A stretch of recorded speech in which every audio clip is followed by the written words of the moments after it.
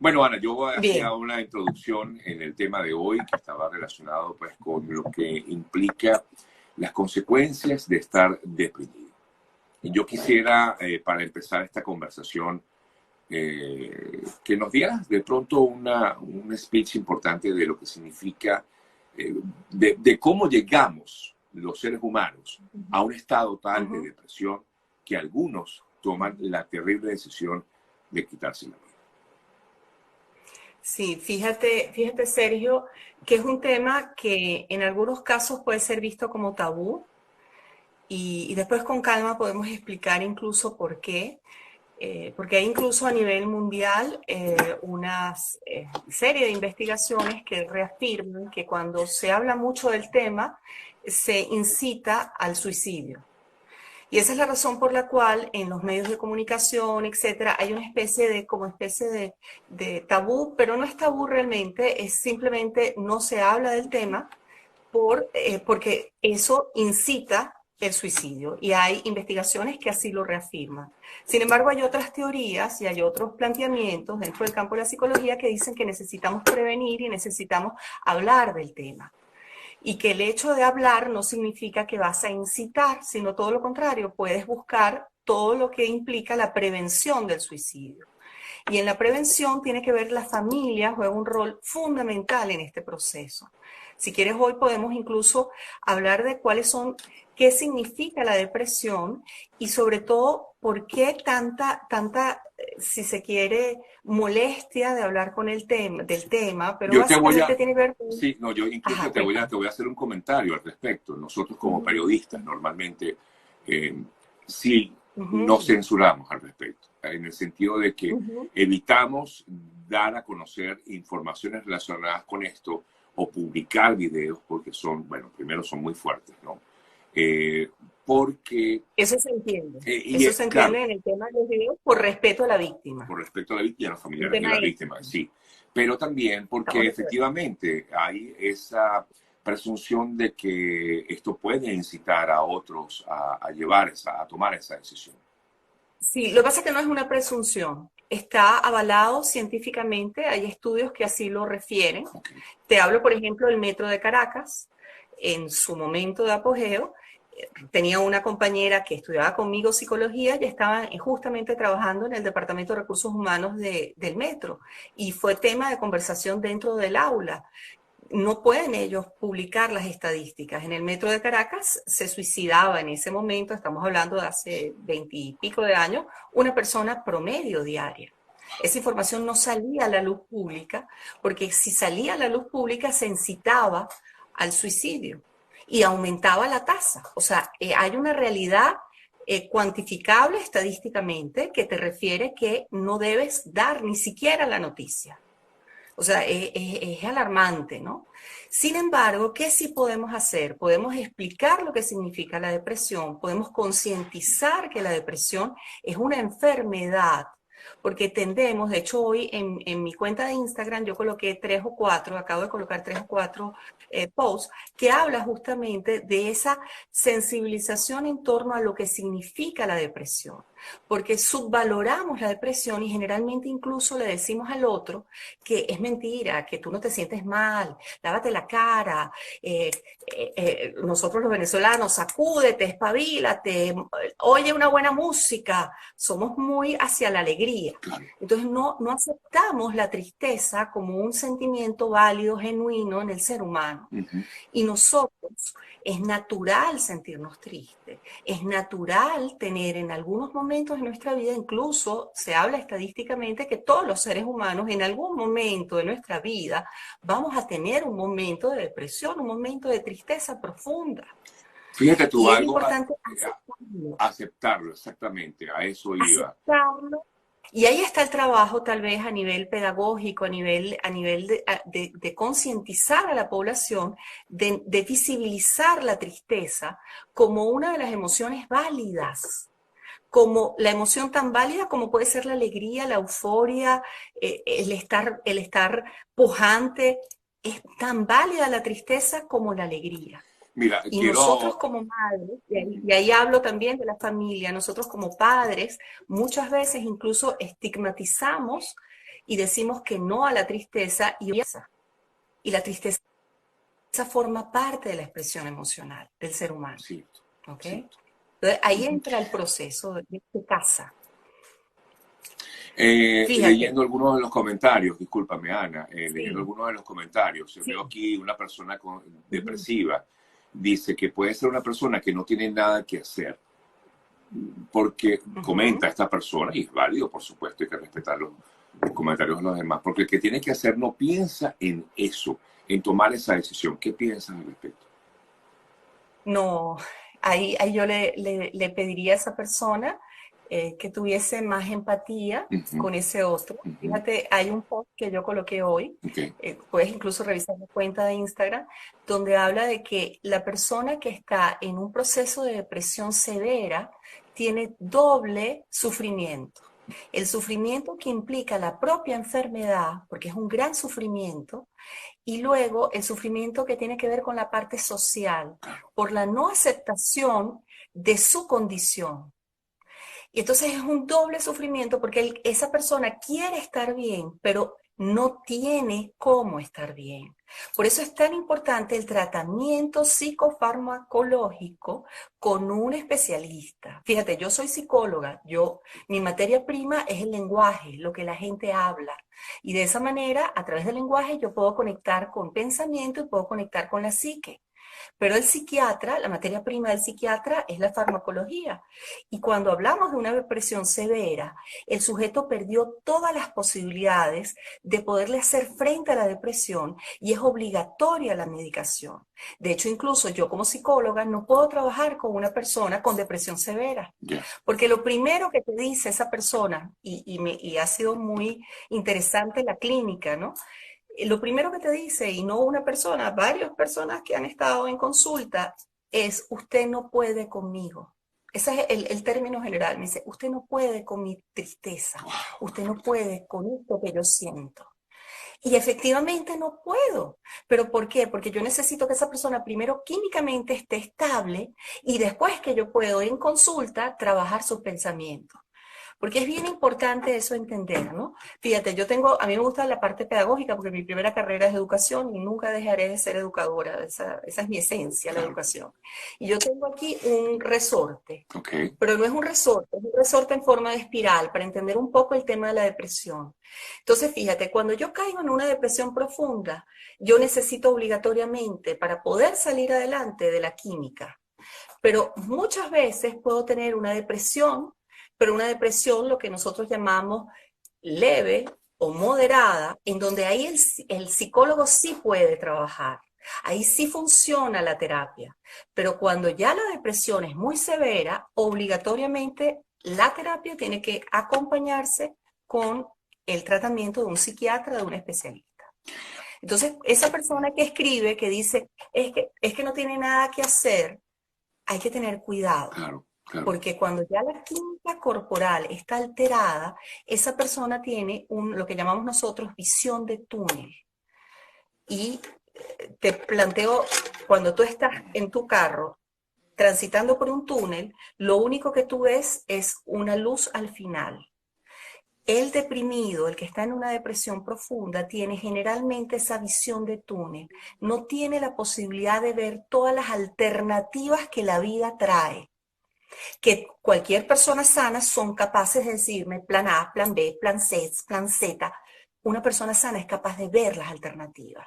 Una persona que químicamente ya no responde, solo ve una y generalmente esa una es el suicidio. Sí. Ahora, De es hecho, que, el pensamiento central es ese, no sirvo, no vale, no hay posibilidad, es un túnel. y es que efectivamente, Ana, doctora Ana, Ujú. hemos caído, algunas personas, por Doctora, no soy supuesto, doctora, soy licenciada, soy licenciada, licenciada, pero uno, soy uno, uno licenciada. a Bueno, todo, no importa. O sea, que uno a todo lo que parezca médico, uno le dice doctor. Pero bueno, sí, sí, no, pero licenciada, Ana, mejor Ana. Ana, Ana. Ana, a ver, cuando vives un momento difícil, una circunstancia, hace ratico hablaba yo con un inmigrante, un joven, un señor venezolano que vive en Atlanta, pasó por una circunstancia muy dura y yo le pregunté que si en algún momento se sintió deprimido, me dijo que sí, porque incluso estaba solo, no tenía con quién conversar, durante mucho tiempo pasó eso. A ver, en qué momento nosotros podemos saber que tenemos una depresión severa? Porque es que te sientes mal, te sientes Claro. triste, acongojado, como tú decías, sin ánimo, sin ganas, sin aspiraciones, aunque existan aspiraciones, no las ves porque te cierras en lo malo y te quedas allí en lo malo es que no sirvo para nada, es que no me quieren en este trabajo, no me quieren en aquel trabajo, hay cosas buenas. ¿Qué hacemos, Ana? O cómo logramos entender que podemos estar deprimidos?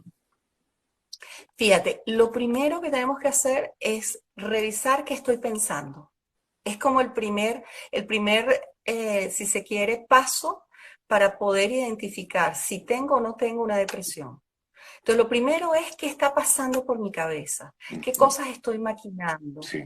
Y incluso la recomendación es, si no tengo en ese momento quien me pueda ayudar profesionalmente, es simplemente el escribir todos esos pensamientos que aparecen por la cabeza y poderle poner al lado un signo más o menos. Okay. Esto que estoy pensando es algo positivo, es algo que me ayuda, es algo que permite una reconstrucción o es algo que me resta.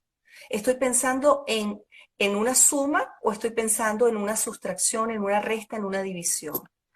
Entonces, si yo estoy trabajando con sumar y multiplicar, voy bien. Pero si estoy trabajando con resta y división, estoy mal. Y el objetivo básico, primera atención, es empezar a cambiar ese pensamiento. Pero fíjate bien, hay momentos en los cuales yo puedo, de manera consciente, hacer esos cambios. Pero hay momentos en donde de verdad necesito la ayuda. Y a nivel mundial hay teléfonos de atención de emergencia, hay miles de alternativas que lo que hay que hacer es activarse para buscarlas. Entonces, yo le diría a todos esos venezolanos migrantes que están en una condición bien compleja, busquen ayuda si es necesaria. No. De hecho, el Colegio de Psicólogos de Venezuela está ofreciendo atención gratuita a nivel nacional e incluso internacional a través de una línea de emergencia. ¿Ah, sí? Gracias a Dios tenemos esa opción. Si quieres después con calma te puedo colocar la información. Sí. Entonces, existen maneras de la atención. O sea, lo peor que puede pasar es que no busques atención. Claro, claro. Y aquí hay algo fundamental.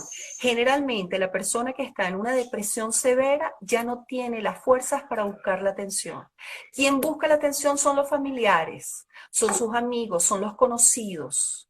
Entonces, si tienes a alguien cercano que has observado que ha cambiado sus hábitos de alimentación, si quieres ahorita podemos ir revisando punto por punto, pero si vemos que ha habido un cambio importante, yo puedo buscar asistencia incluso para esa persona. Entonces, es como una red. De hecho, el objetivo con el tema de la depresión severa, que lo que queremos es que no llegue nadie al suicidio, no llegas al suicidio si hay una red, si hay una red de apoyo. Y esa red de apoyo implica una atención especial y no desde la crítica, sino desde la empatía. Entiendo por lo que estás pasando, incluso no puedo entenderte porque no puedo sentir lo que está ocurriendo, entiendo porque he leído sobre la depresión, puedo comprenderte lo que te está pasando y vamos a buscar apoyo. Ahora, te consulto, Ana, porque a veces las personas no lo expresan, no lo dicen. Hemos visto casos de personas que incluso son muy exitosas. Ahí leía un comentario de alguno de los amigos que nos estaba escribiendo, decía que un familiar suyo era una joven, bella, espectacular, tenía opciones para estudiar no sé dónde, y un día se quitó la vida dentro de su cuarto.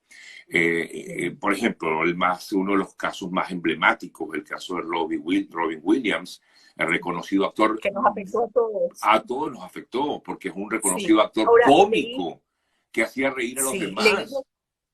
No, y películas de autoayuda espectaculares. Espectaculares. Porque para más colmo, películas de autoayuda. Fíjate lo siguiente. Fíjate, el caso de Robin Williams, según leí, él tenía un diagnóstico de bipolaridad. Y cuando oyes que era bipolar, entiendes además su euforia y algunas manías que veíamos en alguna de sus interpretaciones de alguna de sus películas. Cierto. Entonces podemos incluso entender y decir, wow, claro, es que cuadra perfecto la bipolaridad en el caso de Robin Williams.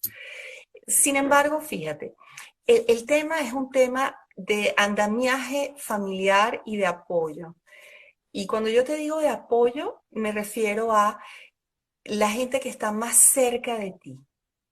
El que tú digas nunca mostró ningún síntoma, nunca habló de aquello, generalmente a su círculo extendido, pero probablemente a su círculo más cercano lanzó muchos comentarios, señales que permitían inducir que algo estaba mal, que algo iba a pasar. Con esto no quiero tampoco generar ese sentimiento de culpa, no me di cuenta cómo es posible, porque bueno, es una realidad a la que nos enfrentamos la humanidad entera. O sea, el suicidio es una realidad que quisiéramos que no existiese, pero las estadísticas son terribles a nivel mundial. Y vuelvo y te repito, fíjate, 17% de la población mundial va a presentar en algún momento de su vida algún tipo de depresión severa. O sea, y de hecho la depresión es algo de lo cual nadie puede decir estoy exento, ni siquiera siendo personal de salud, ni siquiera siendo psicólogo o psiquiatra, porque hay gente que me dice, tú eres psicóloga. Digo, por favor, yo soy ser humano como cualquier otro. No, es que yo nunca me olvido. Comentaba hace rato, Ana, que justamente este tema que de verdad me ha preocupado mucho, inclusive en el día de hoy la Cruz Roja Internacional, comentaba hace rato, decía que una de las grandes consecuencias de la COVID-19 es que 51% de la población ha admitido que la pandemia le ha afectado de manera negativa a su salud mental. Y algunos terminan pues deprimidos por toda esta situación. Yo decía, no solamente la condición de salud, de lo que significa como tal los síntomas de la COVID-19, sino también, bueno, esta situación de confinamiento. Hay gente que incluso está confinada sola, no tiene con quién compartir. Eso también te puede llevar a este tipo de depresión, ¿no? Y efectivamente... Sí, hay alertas mundiales que hablan de una pandemia paralela que tiene que ver con la salud mental. Correcto. Y que ahora en este momento no lo estamos viendo porque todavía estamos resguardados todos en casa. Pero el momento que volvamos a la normalidad, ahí vamos a poder detectar cosas que hoy en día ya lo estamos viendo nosotros en el consultorio. O sea, estamos enfrente de una nueva pandemia que tiene que ver con la salud mental. Entonces, vuelvo, insisto, aquí el tema de la prevención en cuanto a hablar de la depresión sin tabú, explicar además los diferentes tipos de depresión, explicar además que hay un correlato incluso orgánico, hereditario, que está ahí, no podemos obviar. ¿Y eso qué significa? Si en mi familia ha habido o hay alguien que ha tenido algún trastorno de este tipo emocional importante, es necesario que incluso dentro de mi familia existan mayores atenciones a todo lo que tiene que ver con la salud psicológica de todos mis miembros de la familia. Así es. Hay un autor que dice, la vida es como una especie de caja de bombones, tú no sabes qué te va a tocar. Entonces es como entender que la prevención es fundamental dentro de este proceso, porque algunos incluso me dicen, Ana María, ¿es posible prevenir? Digo, sí, es posible prevenir y vuelvo otra vez a insistir. O sea, es como una espiral en donde te agarro, en donde vas a terapia. Hay gente que llega a terapia cuando ya obligatorio la medicación, cuando ya estamos enfrente de una patología que tú dices, wow, ya no hay posibilidad. Y posiblemente esa persona pudo haber entrado en terapia hace 4 años, 5 años, y pudo haber trabajado cosas fundamentales que le permitirían medianamente no llegar a esos niveles. Sí. Entonces, sí hay un desorden orgánico, bioquímico, que está ahí y que la medicación puede ayudar y hacer maravillas, porque hoy en día con la medicación tú puedes tener hasta un compañero de trabajo bipolar y puede ser efectivo, perfecto y puede incluso ser una estrella. El punto es el que tenga una excelente medicación, una excelente contención familiar, para que en los momentos de depresión esa persona sea asistida adecuadamente. Y asistida significa estar atentos a esa persona en los momentos de crisis. Y ahí te Eh, digo, te hablo casos dramáticos de me amarro una cuerdita a mi pareja, eso lo viví y lo vi y me impactó y me parece un acto hermosísimo de acompañamiento. Amarro un pabilo al pie de mi esposa para Ujú. saber cuándo se levanta de la cama, porque me Wow, da miedo que en que algún tome. momento se tire por el balcón. Wow. Y entonces cuando tú oyes eso, tú dices, wow, qué acompañamiento. O sea, sé que mi esposa está en un proceso de crisis muy fuerte, está medicada, sin embargo, existe esa posibilidad y estoy aquí acompañándola. Sí. Y teniendo conciencia de que eso puede pasar, eso puede ocurrir y que yo puedo ayudar a que eso no ocurra. Ujú. Entonces, la familia como tal, cuando tiene un miembro que está enfermo o que está transitando por una depresión severa, la familia se tiene que activar sin tabú y Cierto. hablar de esto y decir, mire, ¿cómo nos vamos a organizar para ayudar a este miembro de la familia que ahorita está pasando Correcto, y esto? sobre todo con los más jóvenes que son los que tienden mucho quizás orientados o dejándose influenciar por lo que ven, lo que diariamente observan, incluso las series de Sí, televisión, hasta las mismas redes sí. sociales pueden influir. Te hago algunas preguntas de la gente que está conectada con nosotros, Ana, Ok, procura, por favor, yo sé que procura responder lo más concreto posible para que le demos chance a algunas ok, de estas ok. preguntas. ¿Sí va? Bueno, ¿Cómo saber si sí. estamos curados de depresión? Comenta María Elisa. O pregunta. Wow, es una pregunta muy compleja. Sí. Todos Hacemos, quisiéramos hacemos otro programa. no transitar. Sí, todos quisiéramos no transitar y si hemos transitado no volver, no recaer. Exacto. Creo que el punto aquí central es lo cognitivo-conductual, que es un área de la psicología, que tiene que ver con pensamiento, estar muy atento a los pensamientos. Y en el momento en que yo perciba que esos pensamientos restan y dividen, buscar asesoría. El acompañamiento terapéutico, el tener un Fundamental. terapeuta que vaya contigo todas las semanas es fundamental en ese proceso. O sea, una manera de prevenir la depresión, si he transitado ya, es tener un acompañamiento terapéutico, pero bien cercano. O sea, no Ah, distante, cercano. sí. Otra persona consulta cuando sufres de tiroides puedes empeorar en la depresión. Sí, Sí, claro. efectivo. Acuérdate que hay una depresión orgánica, una depresión postparto, todo, o sea, es una bioquímica. Nuestro cerebro es un laboratorio. Entonces hay una bioquímica involucrada y hay incluso problemas, trastornos orgánicos metabólicos que generan depresión. Sí. Y eso tenemos que asumirlo como tal. Otro detalle, los viejitos. Es normal en la vejez presentar depresión. También tenemos la idea de que no, es normal Es porque normal. estás viendo cómo tus facultades se ven limitadas y es normal como ciclo de vida transitar por una depresión producto de la entrada a cierta edad, la edad madura, la edad de oro. Sí, sí, ¿Ok? sí. Bueno, voy a darle chance a una pregunta más. Bueno, aquí habla, es un comentario, pero me pareció bien, bien importante. Tips para ayudarnos. Claro, aquí has dado muchos, pero dicen la fe, orar, buscar ayuda espiritual, ejercicios de meditación, yoga, bailar, caminar, reírse. Bueno, cuántas cosas, ¿verdad, Ana? ¿Ah? Sí, Podemos sí, sí, estamos, ayudarnos. estamos totalmente de acuerdo. Fíjate, y también hay algo importante, no huir de la tristeza. Ok. Que fíjate que eso es algo que no, que sí no O sea debe que estar si en hay la que lista, llorar, a llorar se ha dicho, ¿verdad? Es verdad. sin problema. O sea, y ahí yo quiero referirme a una autora, una mujer que para a mí me marcó mucho porque me formó una parte de mi vida, tuve formación directa con ella, que se llama Elaine de Paul. Ella fue varias veces a Venezuela, ella es una neoyorquina y tiene varios libros. Y ella hizo una relación una vez en uno de los talleres que a mí me impactó mucho. Ella dice, así como el ejercicio físico es fundamental para los músculos, y fíjate bien esto, una persona que esté en cama por espacio de una semana necesita una rehabilitación porque se atrofian tus músculos si estás una semana en cama, porque tú estás diseñado para la acción, diseñado para el movimiento. Entonces, ¿qué es lo que ocurre? Así como el ejercicio es fundamental para los músculos, las emociones son También. fundamentales para nuestros órganos. Cierto. Entonces, fíjate bien, cuando la emoción, cuando yo tengo una rabia, se contraen todos mis órganos. Cuando yo estoy en alegría, yo estoy en expansión. Entonces, este simple movimiento de contracción, expansión, es fundamental para todos los órganos. Entonces, el quitarle el estereotipo de que sentir rabia o sentir tristeza es malo.